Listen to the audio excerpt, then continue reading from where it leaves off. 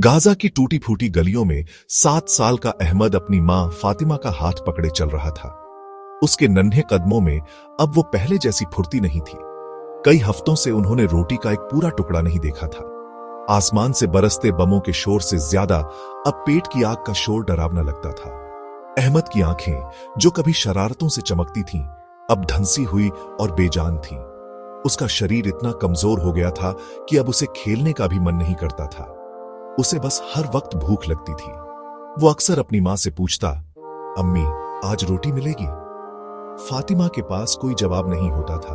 वो अपने बेटे का चेहरा देखकर अपना दुख छिपा लेती और कहती, हाँ मेरे चांद, जरूर मिलेगी, बस थोड़ा और सब्र। लेकिन वो जानती थी कि यह सब्र अब दम तोड़ रहा है। चारों तरफ सिर्फ मलबा और धूल थी। खाने का कोई ठिकाना नहीं था। संयुक्त राष्ट्र की रिपोर्टें सच थीं। गाजा में बच्चे सचमुच भूख से मर रहे थे और अहमद उन्हीं में से एक था।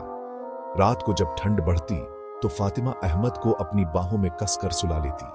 वो उसे पुराने दिनों की कहानियां सुनाती, जब उनके घर में खाने की मेज सजती थी, जब उसके अब्बू जिंदा थे और उसे कंधों पर बिठाकर बाजार ले जाते थे। अहमद को अब वो दिन एक सपने जैसे लगते थे। वो कहानियां सुनता, पर उसकी हर कहानी रोटी पर आकर खत्म हो जाती। वो पूछता, अम्मी, क्या अब्बू के साथ हम रोटी खाते थे? एक दिन उन्होंने सुना कि कहीं दूर सहायता का एक ट्रक आया है। फातिमा की आंखों में उम्मीद की एक हल्की सी किरण जागी। वो कमजोर अहमद को गोद में उठाकर उस तरफ भागी, लेकिन वहां तक पहुंचना नामुमकिन था। भीड़, धक्का मुक्की और अफरातफरी में उन जैसे कमजोरों के लिए कोई जगह नहीं थी। वो खाली हाथ, टूटे दिल के साथ अपनी टूटी हुई छत के नीचे लौट आए। उस रात अहमद बहुत चुप था। उसने रोटी के बारे में भी नहीं पूछा। उसकी सांसें धीमी चल रही थीं। फातिमा ने उसे अपनी गोद में लिटा लिया और उसका माथा चूमते हुए कहा, सो जा मेरे बच्चे, सुबह सब ठीक हो जाएगा। सुबह हम रोटी खाएंगे। लेकिन अहमद की सुबह नहीं हुई। अगले दिन जब सूरज उगा तो अहमद अपनी मां की गोद में ही था, लेकिन उसकी सांसें हमेशा के लिए खामोश हो चुकी थीं। वो भूख से अपनी जंग हार गया था। फातिमा उसे देखती रही। उसकी आंखों से आंसू भी नहीं निकले, शायद वो भी सूख चुके थे।